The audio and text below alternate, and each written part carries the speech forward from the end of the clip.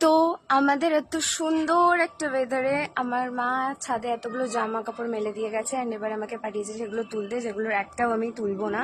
আমি তো এসেছি এখানে ভিডিওটা করতে আর এই ওয়েদারটা এনজয় করতে। আর এখানে দেখো আমাদের মহারাজ কাজ নেই তাই খেলা করছেন। তো আজকে এই সুন্দর ওয়েদারে হয়তো আমাদের বাড়িতে কিছু ভালো মন্দই রান্না হচ্ছে, বাট আমাদের আজকে নিরামিষ। তো দেখা যাক কি রান্না হচ্ছে। তো মা কি রান্না করছো? খিচুড়ি। তোমার জামা কাপড়গুলো আমি তুলিনি কেন?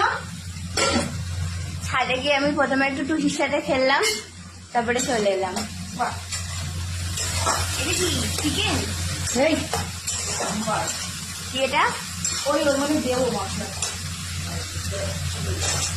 তো আমি বলেছিলাম আজকে আমাদের বৃষ্টিতে ভালো কিছু রান্না হবে,